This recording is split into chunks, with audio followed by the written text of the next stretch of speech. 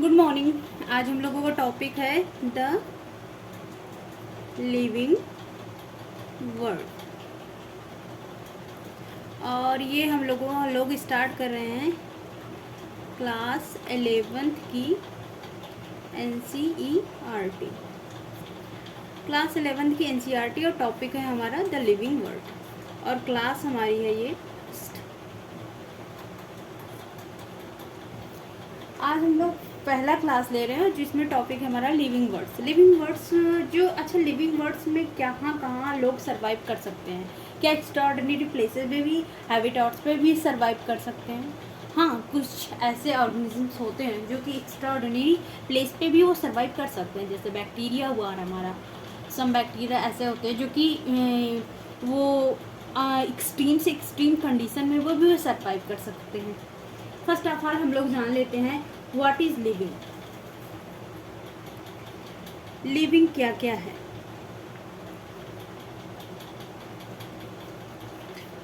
ये एक बहुत बड़ा क्वेश्चन है कि लिविंग क्या क्या है। भाई क्या क्या आप किस किस चीज़ को आप लिविंग बोल सकते हो। फर्स्ट ऑफ ऑल कैरेक्टरिस्टिक देख लेते हैं उसकी, जिनमें ग्रोथ होती है, ये तो होगा, ऑब्वियसली होगा। Second, development. Third, reproduction. Fourth, metabolism. Sixth, ability to sense. Next, responsiveness. ये जो है एक यूनिक करेक्टर है। यूनिक करेक्टर, ये सारे जो मिलकर हैं ये यूनिक करेक्टर है लिविंग थिंग्स के, जिनमें ग्रोथ होती है, जिनमें डेवलपमेंट होता है, रिप्रोडक्शन होता है, मेटाबॉलिज्म होता है, एबिलिटी टू सेंस होता है, मतलब जिन्हें सेंस करने के हमारे जो सेंस ऑर्गन्स होते हैं, हमें ये जो होते हैं ये हमें यूनिक एक करेक्टर प्रोवाइड करते हैं कि हाँ हम लिविंग हैं, आई एम लिविंग नॉट, ऐसा बोल सकते हैं हम लोग। अब भाई कितने लोग लिविंग हैं ये तो आप लोग खुद बता सकते हो। और इसके बाद ये जो लिविंग होते हैं ये क्या होते हैं, इनके जो डेवलपमेंट होता है ये इंक्रीज होते हैं, increase in mass and increase in number of individuals. ये जो होते हैं इंक्रीज, इनका जो डेवलपमेंट होता है वो मास में होता है या तो नंबर्स में होता है। ये और जैसे आप प्लांट्स को ले लें, इनके जो प्लांट्स में जैसे ले लेते हैं, सबसे पहले प्लांट्स में ले लेते हैं, और हाँ सेल डिवीज़न जो प्रोसेस होता है प्लांट्स में, सेल डिवीज़न। अगर हम इन ह्यूमंस बीइंग में देखें ग्रोथ अगर होगी तो जाहिर सी बात है सेल डिवाइड होंगे तभी ग्रोथ होगी। तो जो अगर हम इसमें प्लांट को ले लें, एक तरफ एनिमल को रख लेते हैं, तो प्लांट्स में एनिमल्स में क्या डिफरेंस होती है ग्रोथ में। भाई ग्रोथ क्या है, ये पूरी ज़िंदगी लंबे होते चले जाएंगे, बढ़ते चले जाएंगे एनिमल्स, तब तो हम लोग बहुत लंबे होते हैं। ऐसा नहीं है, इनमें एक कांस्टेंट होती है, मतलब एक निश्चित समय तक ग्रोथ होती है, इसके बाद ये वो स्टिनिक्ट हो जाती है, ग्रोथ रुक जाती है। और प्लांट्स में कंटिन्यूसली ग्रोथ होती रहती है, थ्रू आउट द लाइफ होती है, यानी कंटिन्यूसली होती है, कांस्टेंट अ पर्टिकुलर टाइम, ऐसा है।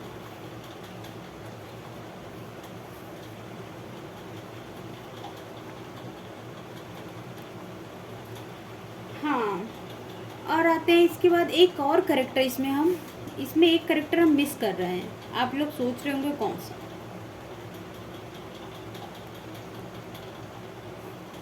इसको डिफाइन कर देते हैं सबसे पहले। ये जो रिप्रोडक्शन होता है इन मल्टीसेलुलर इन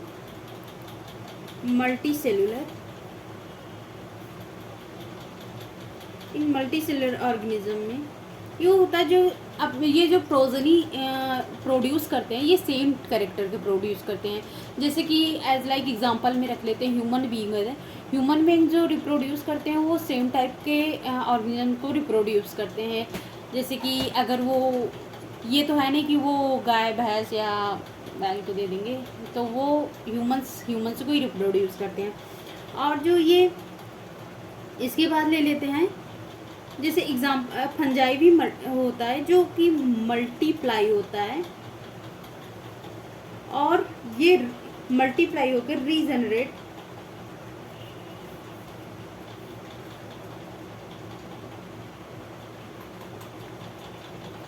मल्टीप्लाई होता है और स्प्रेड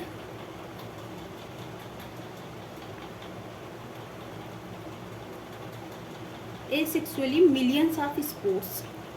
ये क्या करता है, स्प्रेड होता है और मिलियंस ऑफ स्पोर्स को रिप्रोड्यूस करता है। स्पोर के थ्रू ये रिप्रोड्यूस, मतलब एसेक्सुअल रिप्रोडक्शन होता है। उसमें क्या होता है, एसेक्सुअल रिप्रोडक्शन। और कुछ ऐसे भी ऑर्गेनिजम्स हैं जैसे कि इन लोअर ऑर्गेनिज्म में, जैसे हाइड्रा हो गया हमारा, ईस्ट हो गया। ये सारे जो ऑर्गेनिज्म होते हैं ये बडिंग के थ्रू, आपने हाइड्रा को देखा होगा, ऐसे होता है उसका। वो कैसे रिप्रोड्यूस करता है, जस्ट लाइक बडिंग। एक यहाँ पे, कभी कभी एक यहाँ पे भी बड निकल आते हैं।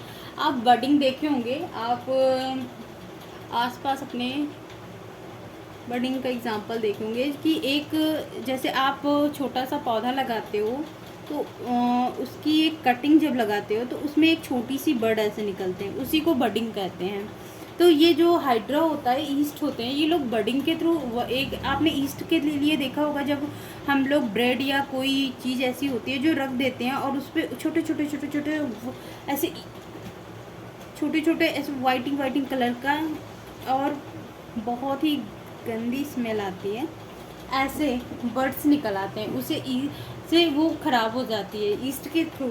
आपने ये तो आप देखे ही होंगे ईस्ट को।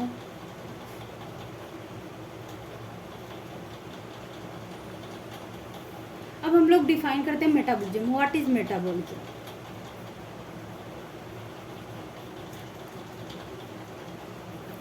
What is metabolism? मेटाबॉलिज्म क्या होता है?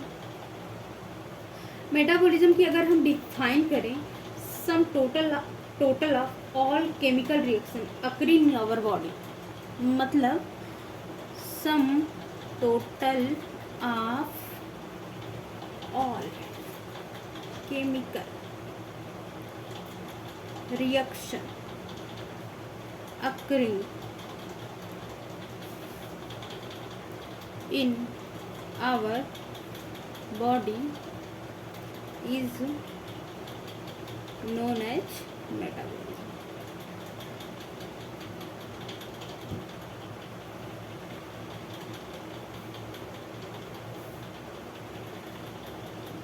मतलब जो भी हम खाते हैं, एनीथिंग नहीं, प्लास्टिक वगैरह की बात नहीं कर रही हूँ, जैसे कि फूड्स, गेन्स, ये जो भी हम लोग लेते हैं, इसके बाद इसका जो होता है ये डाइजेस्ट होकर, डाइजेशन इसका कुछ केमिकल्स की वजह से होता है, और वो जो डाइजेशन होता है, और इसके बाद ये जो डाइजेशन जिस प्रोसेस से होती है उसे मेटाबॉलिक प्रोसेस कहते हैं।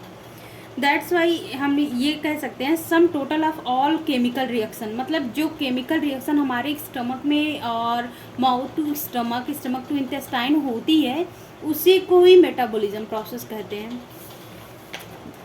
नेक्स्ट देख लेते हैं, ये सब मेरा डॉक्यूमेंट्री लिखा हुआ है, इस पर मत जाइएगा। नेक्स्ट आते हैं, इसके बाद आ जाते हैं हम लोग मेटाबॉलिज्म। हमने डिफिनीशन देख ली, अब मेटाबॉलिज्म के टाइप देख लेते हैं। ये जो मेटाबॉलिज्म होता है ये दो तरीके का होता है। पहला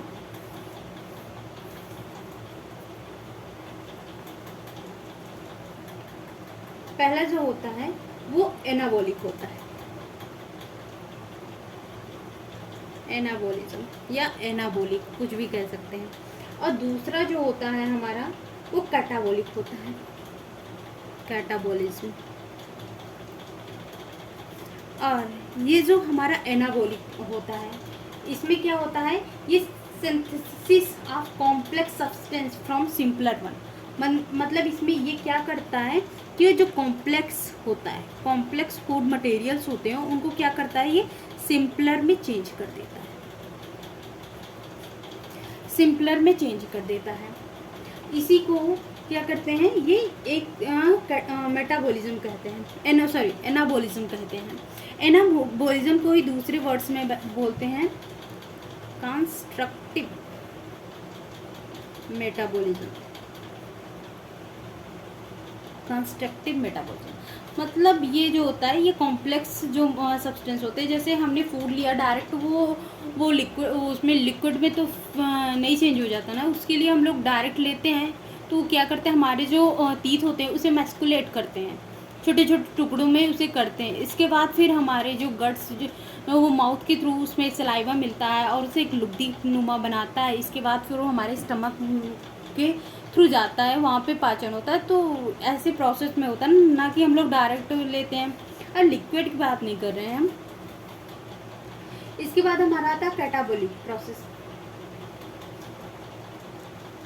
इसमें क्या होता है, जो यहाँ पे केमिकल रिएक्शन होते हैं, यहाँ पे क्या होता है, break down reaction.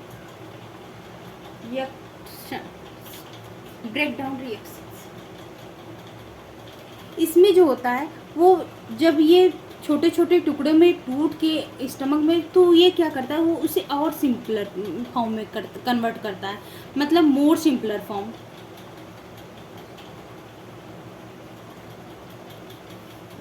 Simpler form में ये कन्वर्ट कर देता है। इसी को ही मेटाबॉलिज्म कहते हैं।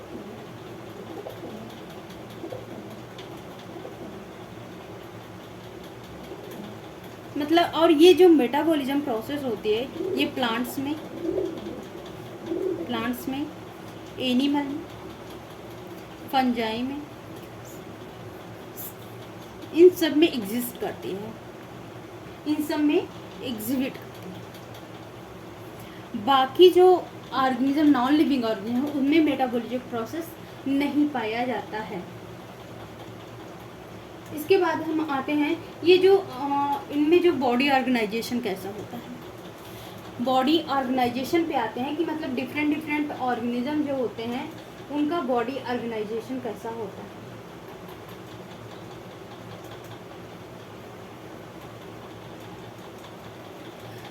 देखो, बॉडी ऑर्गेनाइजेशन हम लोग कभी कभी यूनिसेलुलर होता है, जैसे जैसे हम अगर ये जो होता है फाइला वाइज चेंज होता रहता है। फाइला वाइज क्या होता है, ये बॉडी ऑर्गेनाइजेशन हमारा चेंज होता है। जैसे कि अगर हम प्रोटोजोआ को देख लें, अगर हम ऐसे डायरेक्ट ऐसे देखें, यूनिसेलुलर होता है, मल्टीसेलुलर। बॉडी ऑर्गेनाइजेशन हमारा यूनिसेलुलर, मल्टीसेलुलर होता है। और यूनिसेलुलर जो होता है वो प्रोटोजोन्स होते हैं। और मल्टीसेलुलर जो होता है, इसके बाद पोरीफेरा से लगभग सारे ऑर्गेनिज्म जो होते हैं, वो मोटे मोटे में वो मल्टीसेलुलर में आते हैं।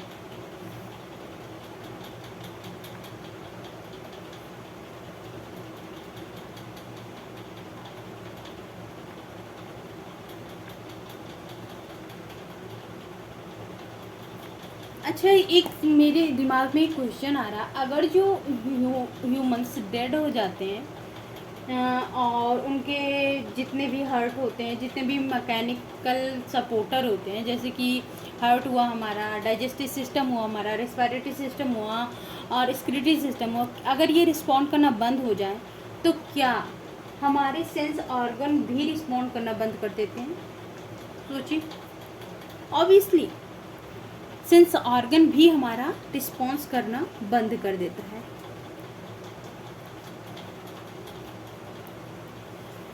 स्टॉप, ये कभी कभी क्वेश्चन पूछ लिया जाता है और हम लोग इस पे, ये सिंपल सा क्वेश्चन है, कभी कभी इस पे हम लोग गलती कर बैठते हैं और यस लगा के चले जाते हैं।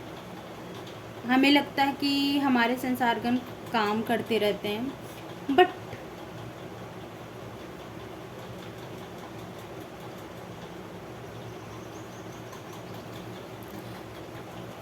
ये सेंस लेकिन ये जो सेंस आर्गन होते हैं वो लाइव होते हैं। जैसे कि हमारी आइज़ हुई, वो कुछ समय के लिए लाइव होती है, और हमारा हार्ट हुआ, ये मतलब, लेकिन ये रिस्पॉन्स करना बंद कर देते हैं। रिस्पॉन्स, ना कि मैं ये कह रही हूँ कि वो जिंदा ही नहीं होते उस टाइम के लिए, लेकिन रिस्पॉन्स करना बंद हो जाते हैं। इसके diversity in the living words पे आते हैं हम लोग। नेक्स्ट है हमारा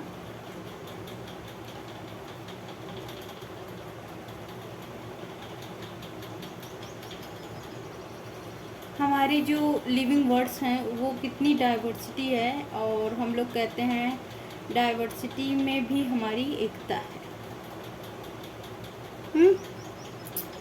कहते हैं ना आप लोग, यूनिटी इन डाइवर्सिटी। हमारे आसपास कितने टाइप के ऑर्गेनिज्म पाए जाते हैं? इंसेक्ट मिलते हैं, और प्लांट्स मिलते हैं, और एनिमल्स मिलते हैं, और बर्ड्स हैं, माइक्रोब्स हैं, डिफरेंट टाइप के ऑर्गेनिज्म मिलते रहते हैं।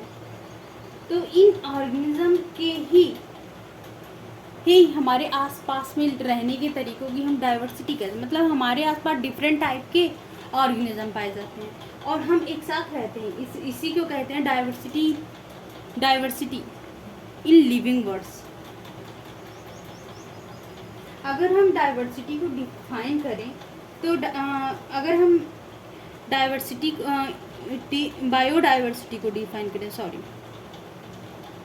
बायोडाइवर्सिटी को डिफाइन करें, मतलब हमारे आसपास कितने किलोमीटर तक, कितने मिलियंस तक के ऑर्गेनिज्म पाए जाते हैं, या कितने मिलियंस तक हम लोग बायोडाइवर्सिटी को कैलकुलेट कर सकते हैं। तो हम कह सकते हैं the number of species that are known and describe range between 1.7 to 1.8 million. This refers to the biodiversity. मतलब हमारे इसको डिफिनीशन लिख देते हैं हम, ताकि आप लोग इसे लिख सकें अपने कॉपी में। The number of species that are known and described range between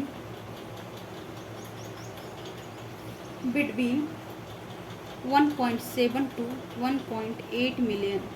ये बहुत इम्पोर्टेंट है, 1.7 to 1.8 मिलियन। This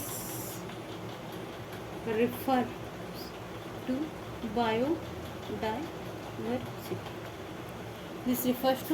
biodiversity.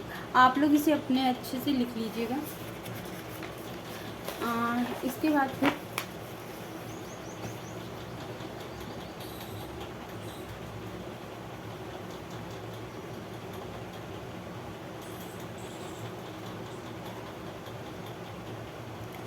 हम लोग हमारे जैसे कि एक एरिया में हमारे यहाँ अगर देखा जाए तो हमारे साइड में अगर प्लांट को देखा जाए, नीम के पेड़ को ही ले लें, तो हमारी तरफ नीम बुलाया जाता है, शायद कहीं दूसरी जगह दूसरा नाम बुलाया जाता हो। तो इसी कंफ्यूज़न को दूर करने के लिए एक साइंटिस्ट है हमारे, इवोनॉस्की नहीं, लीनियस थे।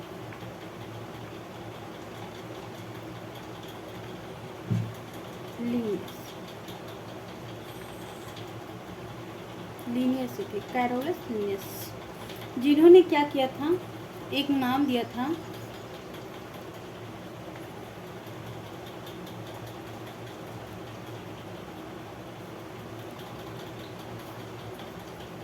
Binomial nomenclature.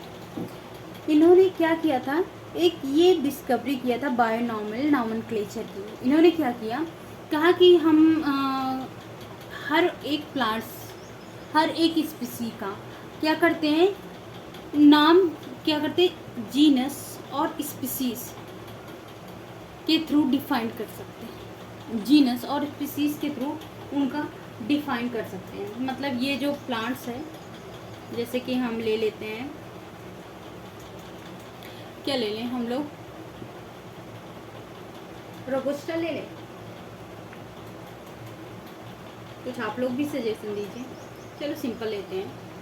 मैग्नीफेरा को आप लोग सारे लोग जानते होंगे, या कत्था कत्ल ले लेते हैं, तो मैग्नीफेरा लेते हैं। Mangifera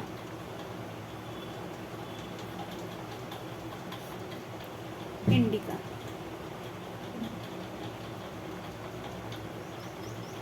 indica. क्या मैंने ये सही लिखा है? क्या मैंने ये सही लिखा है? नहीं, ये गलत माना जाएगा। क्यों? क्योंकि जो स्पीसीज होती है हमेशा स्मॉल में लिखी जाती है। हाँ, अंडरलाइन तो सही है, बट एक और गलती है इसमें, ये इटैलिक में लिखी जाती है, ये भी गलत है। तो हम हमेशा जो होती है जीनस और स्पीसीज का नाम जो होते हैं लिखते हैं इटैलिक में, Mangifera indica and then underline. ये सही तरीका है हमारा लिखने का। ये इस पर क्वेश्चन पूछा गया है उसमें नीट में कि अगर जीनस और स्पीसीज की राइटिंग क्या इस तरीके से सही है, मैग्नीफेरा इंडिका अगर दे देंगे आपको, और इसका एक रूप ये दे देंगे, दूसरा ये दे देंगे, तीसरा इसको स्मॉल कर देंगे, इसको बड़ा, या बिना अंडरलाइन के दे देंगे, या बीच में कामा वगैरह लगा देंगे, तो आप लोगों को देखना होगा कि इसमें से कौन सा सही है। तो ये मैग्नीफेरा इंडिका हो गया। इसको किसने दिया था? कैरोलस लिनियस ने दिया था। और कैरोलस लिनियस ने जो दिया था, ये क्या दिया था? बाइनोमियल नोमेनक्लेचर दिया था। और जो हम प्लांट्स को किस इंस्टीट्यूट में स्टडी के माध्यम से स्टडी करते हैं,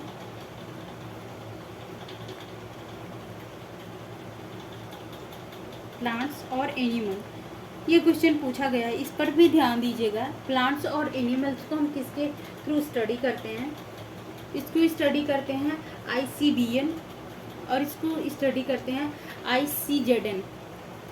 ICBN ICZN का आप लोग कमेंट्स में वो दीजिएगा, फुल फॉर्म क्या है और ये कहाँ है, इसको आप लोग, या क्या है इसके बारे में आप लोग मुझे कमेंट्स में डिटेल में बताइएगा।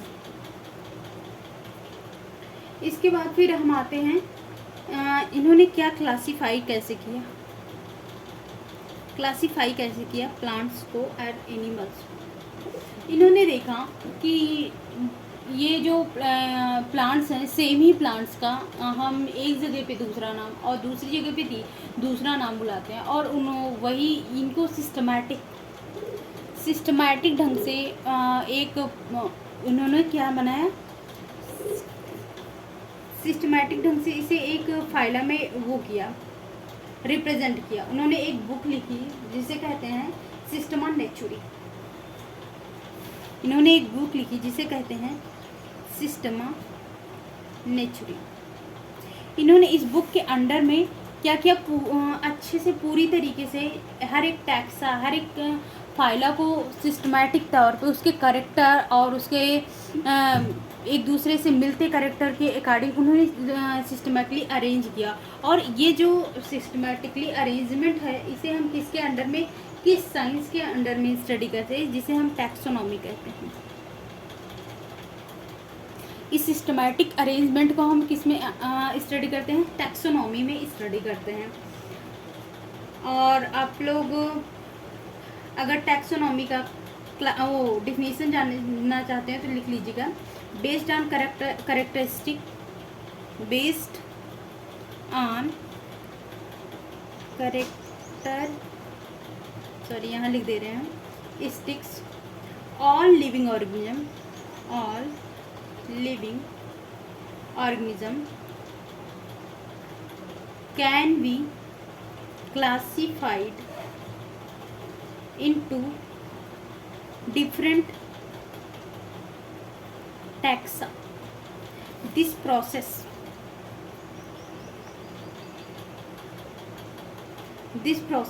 of classification is known as taxonomy. Based on character, मैंने कहा ना करेक्टर के अकॉर्डिंग बेस पे, और लिविंग ऑर्गेनिज्म के डिफरेंट डिफरेंट टैक्सा में कैसे अरेंज किया, उनके करेक्टर के अकॉर्डिंग उन्हें डिफरेंट डिफरेंट टैक्सा में अरेंज कर दिया गया, उसी को ही टैक्सोनॉमी कहते कहा जाता है। ये गलत है, टैक्सोनॉमी, ऐसे टैक्सोनॉमी कहा जाता है। और इन्होंने इस टैक्सोनॉमी इससे किस जगह पे अच्छे तरीके से अरेंज किया है, उसे कहाँ पे लिखा है इन्होंने, किस बुक में दिया है, उन्हें किस बुक में दिया है, सिस्टमा नेचुरी। इस बुक का नाम पूछते हैं कि कैरोलस लिनियस की बुक का क्या नाम है, तो आप लोग याद रखिएगा कि कैरोलस लिनियस ने जो बुक लिखा है उसे क्या कहते हैं, सिस्टमा नेचुरी। एक बुक और इन्होंने लिखा है जो प्लांट्स पे है, जो कि ये प्लांट्स पर उन्होंने लिखा, टोटली जितनी भी प्लांट्स की स्पीसीज है उन्हें डिफाइन किया है, उसे क्या कहते हैं, सिस्टमा प्लांटेरम। इसको इन्होंने लिखा 1753, इसे इन्होंने लिखा 1758। दोनों को डिफर देख लीजिएगा इसके अच्छे तरीके से, दोनों में डिफरेंस इसमें प्लांट्स का है, इसमें एनिमल्स का डिफाइन किया गया है, इसमें प्लांटेरम 17, ये सन पूछते हैं कभी कभी, ये दे देंगे Systema Naturae which son discovered. तो आप लोग याद रखिएगा कि 1758 में सिस्टमा नेचुरी आई थी और 1753 में इन्होंने सिस्टमा प्लांटेरम का डिस्कवर किया था। इसके बाद आते हैं, और इससे भी कुछ हमारे वैज्ञानिक थे जो कि सेटिस्फाइड नहीं हुए। कुछ ऐसे एनिमल्स थे जो कि प्लांट्स और एनिमल्स दोनों का करेक्टर रखते थे, जैसे हमारा वायरस हुआ। वायरस क्या है भाई, पहली बात तो वो क्या है, लिविंग है। क्या वायरस लिविंग है, नॉन लिविंग है, इसमें कंफ्यूजन थी। और हमारा प्लेटिपस है, उसमें भी कंफ्यूजन, क्योंकि वो डिफरेंट फाइला का करेक्टर रख रहा था। युगलीना हमारा हुआ, युगलीना भी भाई एनिमल्स और प्लांट्स दोनों का करेक्टर दिख रहा था, तो इसमें ये प्रॉब्लम हो गई, कंफ्यूजन हो गई। तो एक साइंटिस्ट थे जूलियन हक्सले 1940, इन्होंने क्या किया, एक न्यू सिस्टमैटिक्स दिया, एक न्यू सिस्टमैटिक डिफिनीशन दी। क्या किया इन्होंने, न्यू तौर पे डिफाइन किया, एक न्यू ब्रांच दी।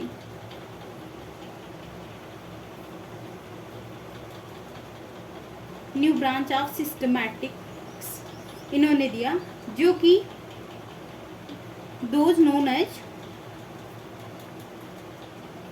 नो इंटर रिलेशनशिप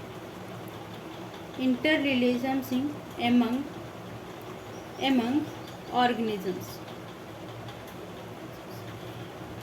इन्होंने क्या किया, जो एक प्लांट्स का, जैसे कि हमारा युगलीना है, युगलीना क्या करता है, ये प्लांट्स के भी करेक्टर रखता है प्लस एनिमल्स के भी करेक्टर रखता है। वायरस हुआ, ये लिविंग का भी रखता है, लिविंग का भी रखता है, और ऐसे ढेर सारे हैं, आर्थ्रोपोडा, एनिलिडा, ऐसे कनेक्टिव लिंक्स ढेर सारी हैं जो कि एक दूसरे का करेक्टर रखती है। इसको हम लोग बाद में डिटेल में पढ़ेंगे कि एक एनिमल्स कैसे दूसरे एनिमल से कनेक्टिव लिंक रखता है, कनेक्ट रखता है। आगे चल के हम हर फाइला, जैसे जैसे फाइला को पढ़ते जाएंगे वैसे वैसे उसकी कनेक्टिव लिंक भी पढ़ते जाएंगे कि हाँ इसका किससे कनेक्शन है, इसका किससे कनेक्शन है। तो ये जो होता है, ये इन्होंने क्या किया, इसको अच्छे से इंटर रिलेशन, इनका रिलेशन इस एनिमल से किस फाइला का रिलेशन कैसे है, इसको डिफाइन किया। किसने, जूलियन हक्सले ने 1940 में। इसके बाद फिर हम आ जाते हैं, ये टैक्सोनॉमिक कैटेगरीज कितनी हैं, ये बहुत पूछते हैं आप, कभी कभी हम लोग जानते हुए भी गलती कर जाते हैं। टैक्सोनॉमिक कैटेगरीज नेक्स्ट है हमारा टैक्सोनॉमिक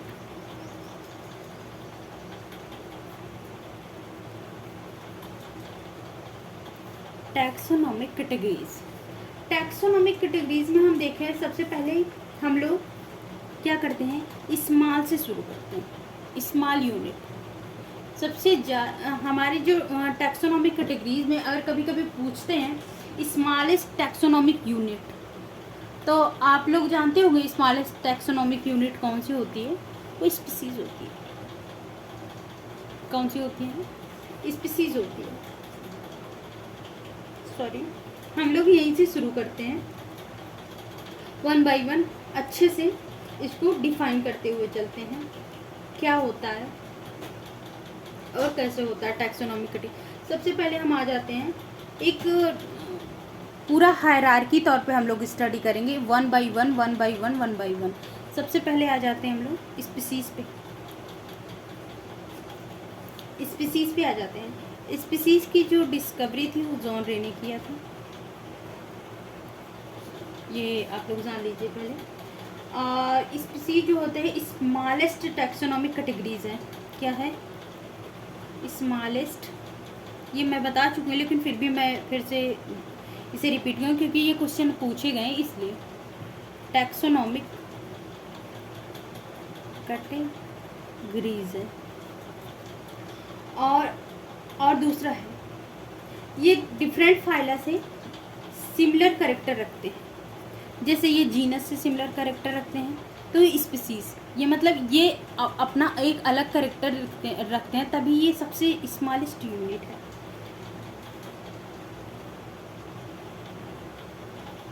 और ये जो होता है, ये जो स्पीसीज होती है, जैसे कि जॉन रे साहब ने इन्हें जब डिस्कवर किया था, जैसे कि हम एग्जांपल में ले लेते हैं मैग्नीफेरा को ही ले लेते हैं, इंडिका को ले लेते हैं। मैग्नीफेरा इंडिका जो होती है, इसकी जो हम, ये तो क्या हो गया हमारा जीनस ऊपर, तो इसको हटा दो, ये क्या हो गई हमारी स्पीसीज हो गई। इंडिका से मतलब ही हुआ कि जो जो स्पीसीज हमारी क्या है, कहाँ एक पर्टिकुलर प्लेस में पाई जाती है, और इस प्लेस में उस प्लेस का कहाँ से वो डाइवर्स हुई है, इस बेस पर इन्होंने क्लासीफाई किया है। और जो हमारे अर्नेस्ट हकेल हैं, अर्नेस्ट मायर जो हैं, इन्होंने एक्सेप्ट किया, इन्होंने क्या किया? एक्सेप्ट किया ये जो बायोलॉजिकल स्पीसीज की डिफिनीशन है। इन्होंने क्या किया, अगर कभी कभी पूछा जाता है कि जो अर्नेस्ट मायर है, इन्होंने क्या बायोलॉजिकल स्पीसीज को एक्सेप्ट किया कि नहीं किया था, इसकी जो करंट ये दिया गया था, इन्होंने अकॉर्डिंग टू इन्होंने तो रिलेशनशिप दिया था, हमारे लीनियर जी ने जो ये दिया था, इन्होंने क्या किया, एक्सेप्ट कर लिया था, हाँ ऐसे से डाइवर्सिटी हुई है। जैसे और एग्जांपल ले लेते हैं, जैसे सोलेनम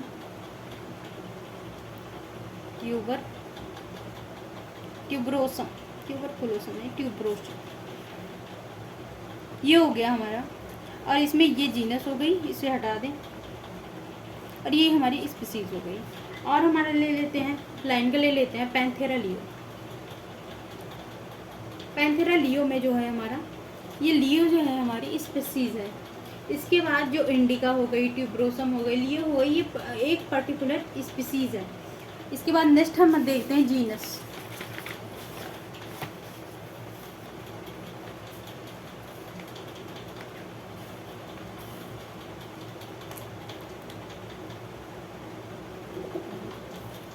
हमारा जो है नेक्स्ट वो जीनस है। जीनस, इसमें वही सेम ये जीनस जो होता है, इसके बाद इससे ये ज़्यादातर इससे पूछते हैं ये इसके कैरेक्टर ज़्यादातर कहाँ मिलते हैं, तो इसके ज़्यादातर कैरेक्टर ऑर्डर से मिलते रहते हैं, तो इसके ज़्यादातर कैरेक्टर हमारे ऑर्डर से मिलते रहते हैं। इसके बाद हमारा नेक्स्ट आता है फैमिली, इसके बाद हमारा नेक्स्ट आता है ऑर्डर, ऑर्डर के बाद नेक्स्ट आता है हमारा क्लास, इसके बाद फिर आता है फाइलम, फाइलम के बाद नेक्स्ट आता है किंगडम। हाँ कभी कभी देखते हैं इसके बीच में यहाँ से पहले स्टार्टर सब फाइला आता है, और इसके स्टार्ट होने से पहले कभी कभी हम देखते हैं सुपर क्लास आती है। आप लोग ये ध्यान रखिएगा, कभी कभी ऐसे भी पूछ लेते हैं। और इसके बाद आते हैं सब class, super order, super order, सब ऑर्डर। इसके बाद फिर फैमिली आती है। ऐसे कभी कभी आती है, लेकिन एक सिस्टमैटिक ढंग से कभी कभी इतना दे देते हैं, इसके ऊपर स्पीसीज लिख देते हैं, कभी कभी इतना देते हैं और कभी कभी ऐसे भी दे देते हैं और हम लोग कन्फ्यूज, इसको हटा देंगे, डायरेक्ट इसको दे देंगे, इसको दे देंगे। आप लोग फिर सोचते रहते हैं कि हाँ कैसे, ये कहाँ से आ गया। तो आप लोग इस पर ध्यान दिए रहिएगा कि हाँ ऐसे भी कर सकते हैं। इसके बाद हम टैक्सोनॉमिक एड्स, एक टॉपिक है हमारा लेसन फर्स्ट में, उसको देख लेते हैं। ये हमारा इंडफ हो गया, वाइंड अप हो गया। मतलब टैक्सोनॉमी जो किसने दिया था, वो कैरोलस लिनियस ने दिया था। उनकी किस बुक में उन्होंने डिफाइन किया था? एक था सिस्टमा नेचुरी, किस सन में आई थी? 1758 में आई थी। और दूसरी बुक थी जो हमारी, वो क्या थी? सिस्टमा प्लांटेरम, वो किस सन में आई थी? 1753 में आई थी। इन्होंने इसके बाद इसके रिलेशन कुछ फाइलम के बीच वो कन्फ्यूज़न हो रही थी, जिसे दूर किसने किया था? हक्सले साहब ने किया था। हक्सले साहब ने क्या किया कि उन्होंने एक न्यू सिस्टमैटिक थ्योरी क्रिएट कर दी इंटर रिलेशनशिप्स की, कि वन फाइला दूसरे फाइला के बीच क्या रिलेशनशिप है। इसके बाद हम आते हैं टैक्सोनॉमिक कैटेगरीज। टैक्सोनॉमिक कैटेगरीज में सबसे पहले हमारा आता है स्पीसीज, स्पीसीज के बाद फिर जीनस, जीनस के बाद फैमिली, फैमिली के बाद ऑर्डर, ऑर्डर के बाद क्लास, क्लास के बाद फाइलम, फाइलम के बाद डायरेक्ट किंगडम। फिर हम आते हैं नेक्स्ट आते हैं हमारे टैक्सोनॉमिक एक्ट्स क्या, टैक्सोनॉमिकल एड्स। टैक्सोनॉमिकल एड्स में हमारा आता है जैसे हार्वेरियम मोडो हो गया, टैक्सोनॉमिकल।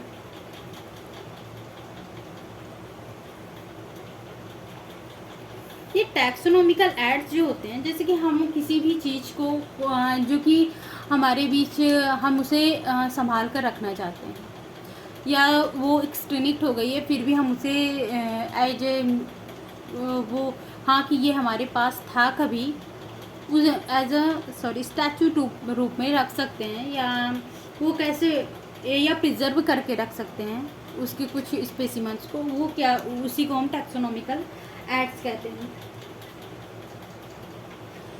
और ये क्या नाम है, बायोलॉजिस्ट जो हैं, हमारे जो बायोलॉजिस्ट हैं, उन्होंने क्या किया है, कुछ जो है प्रोसीजर और टेक्नोलॉजी डेवलप की है।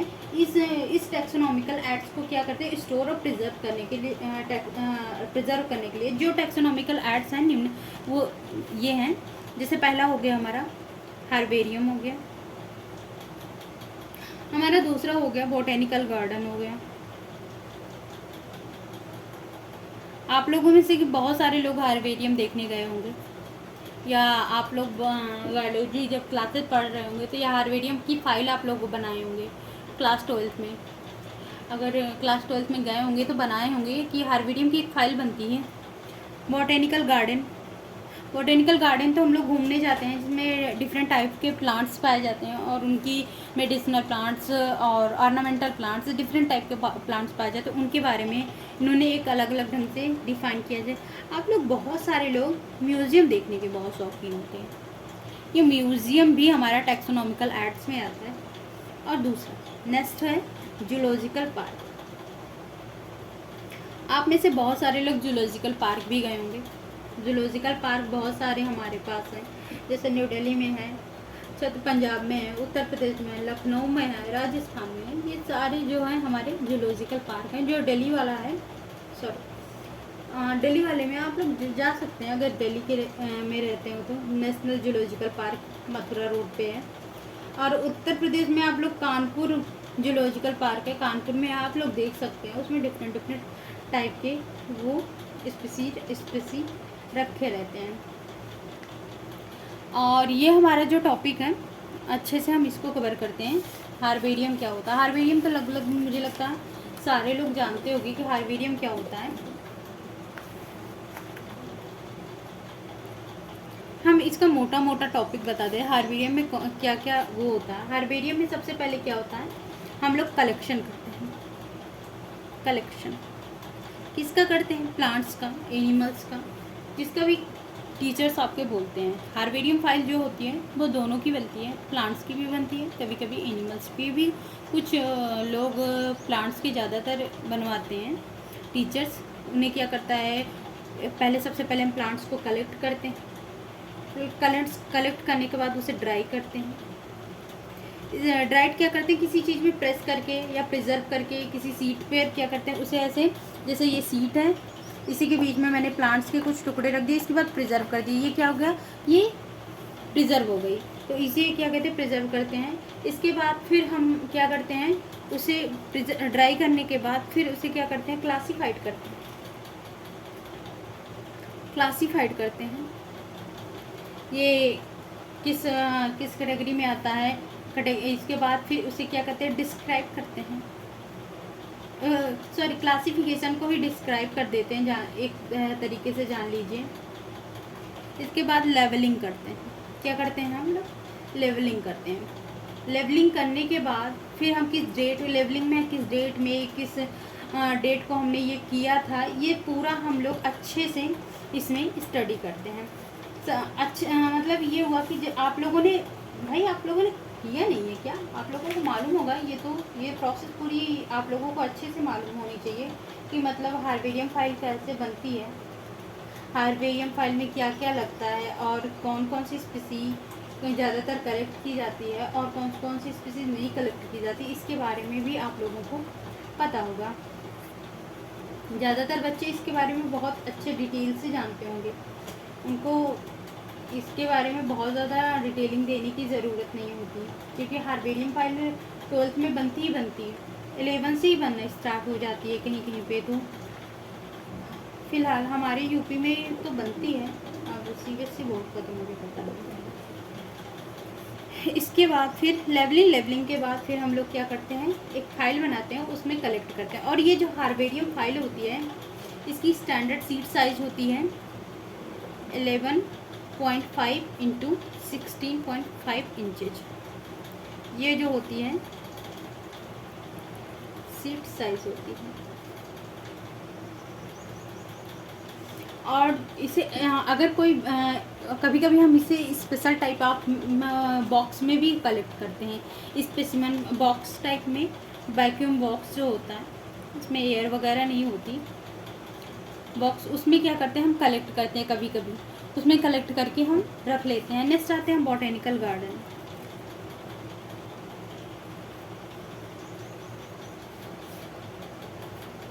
बॉटेनिकल गार्डन में हम प्लांट्स की डिफरेंट स्पीसीज़ को क्या करते हैं, कलेक्ट करते हैं, उसे लेबलिंग करते हैं। लेबलिंग करने के बाद, वही कलेक्ट करने के बाद उसे लेबलिंग करके क्या करते हैं, रखते हैं। उनका आइडेंटिफिकेशन के लिए उसे नाम नीचे लिखा रहता है। हर प्लांट्स के नीचे नाम, आपको किस फाइला से और किस फैमिली से बिलोंग करता है, पूरे तरीके से आप लोगों को बॉटेनिकल गार्डन में लिखा रहता है। और सबसे फेमस बॉटेनिकल गार्डन और सबसे बड़ा बॉटेनिकल गार्डन अगर आप लोग जानते हो तो लंदन के किए हुए हैं,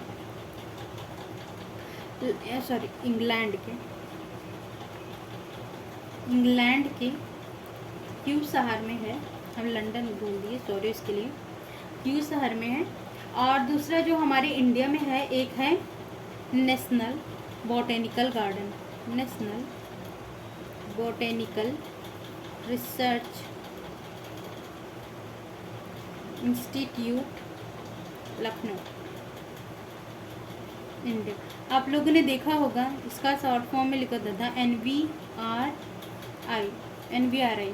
आप लोगों ने, बहुत सारे लोगों ने देखा सुना होगा NVRI।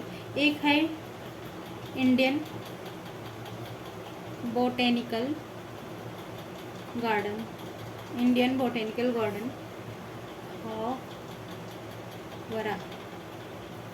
हावड़ा, इंडिया, पंजाब में है हमारे। इसे ये बॉटेनिकल रिसर्च गार्डन हो गए। नेक्स्ट हम आते हैं म्यूजियम्स तो आप लोगों ने बहुत अच्छे से देखा होगा, जिसमें बहुत डिफरेंट टाइप के एनिमल्स स्पीसीज़ को हम लोग कलेक्ट करके रखते हैं। इसमें क्या होता है, इसमें होता है कलेक्टिंग, किलिंग और पिनिंग किस ज़्यादातर जो होता है, जैसे कि बटरफ्लाइज वगैरह हो गई और कुछ एनिमल्स वगैरह भी हो गई, उसमें क्या होता है, पिनिंग की प्रोसेस होती है। इसके बाद फिर हमारा आता है जूलॉजिकल पार्क। नेक्स्ट हमारा है zoological park. Zoological park next है हमारा है जूलॉजिकल पार्क। ये जूलॉजिकल पार्क, हमारी वीडियो बीच में रुक गई थी और यहाँ पे क्योंकि नेट इशू हो गया था थोड़ा सा, उसके लिए सॉरी आप लोगों को। ये जूलॉजिकल पार्क है हमारा। जूलॉजिकल पार्क के बारे में हम लोग स्टडी कर दे रहे थे। जूलॉजिकल पार्क जो है हमारे, इसमें क्या करते हैं, वाइल्ड एनिमल को प्रोटेक्ट करके रखते हैं। किन से? हम ह्यूमन से ही प्रोटेक्ट करके रखते हैं, क्योंकि हम लोग क्या करते हैं, इन एनिमल्स को या तो पैसों के लिए इनकी खाल को क्या करते हैं, बेच देते हैं, या तो इन्हें इतना फीड के लिए इतना ज़्यादा किलिंग करते हैं कि ये स्पीसीज ही एक्सटिंक्ट हो जाती है। जैसे हमारा एशियन टाइगर हो गया, क्या हो गया, वो भारत में रह ही नहीं गया। अब हम लोग क्या कर रहे हैं, अफ्रीकन जो टाइगर है उसको मंगा रहे हैं। एशियन टाइगर का मुश्किल से ईरान में बचा है बस, और कहीं बचे ही नहीं है। तो इसी तरीके से क्या होगा, एक्सटिंक्ट हो जाती हैं। तो इसमें पहला है हमारा, कुछ इंपॉर्टेंट है जूलॉजिकल पार्क है, हम लोग लिख लेते हैं। जैसे देखिए, नेशनल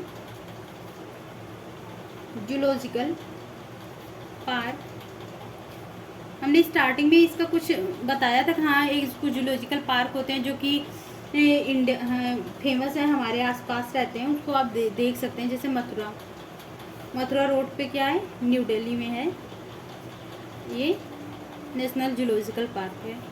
और इसके बाद है हमारा महेंद्र चौधरी जूलॉजिकल पार्क। ये सब इसलिए मैं लिख दे रही हूँ ताकि आप लोगों को ये याद रहे, और क्योंकि ये कभी कभी जूलॉजिकल पार्क ही पूछ लेते हैं कहाँ है, तो हम लोग कंफ्यूज हो जाते हैं कहाँ पर है। छतरवीर पंजाब में है ये महेंद्र चौधरी जूलॉजिकल पार्क। इसके बाद हमारा आता है कानपुर वाला, कानपुर जूलॉजिकल पार्क, यूपी। इसके बाद फिर हमारा आता है Prince of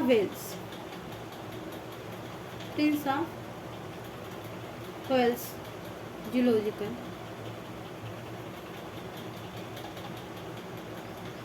garden, Lucknow, UP. इसके बाद फिर हमारा आता है जूलॉजिकल गार्डन बीकानेर, राजस्थान। ये सेम ऐसे ही है, जूलॉजिकल गार्डन लिख देते हैं, गार्डन बीकानेर, राजस्थान। ये हमारे कंप्लीट हो गए। जो होता है, ये हमारा पहला लेसन कंप्लीट हो गया लगभग। दूसरा इसमें कुछ और अगर आप लोगों को लग रहा है छूट रहा है तो आप लोग बताइएगा। कल इसका हम लोग यूज़ करेंगे, इस पर रिलेटेड क्वेश्चन जितने भी तरीके के होते हैं वो हम लोग कल से स्टार्ट करेंगे, ताकि आप लोगों को 1 बाय 1 मैं क्वेश्चन पूछूंगी, आप लोग उसका आंसर करते चलिएगा, या मैं आंसर करती चलूँगी, आप लोग देखते रहिएगा। ओके, तब तक के लिए बाय बाय, और मेरे चैनल को लाइक कीजिए, सब्सक्राइब कीजिए। Thank you.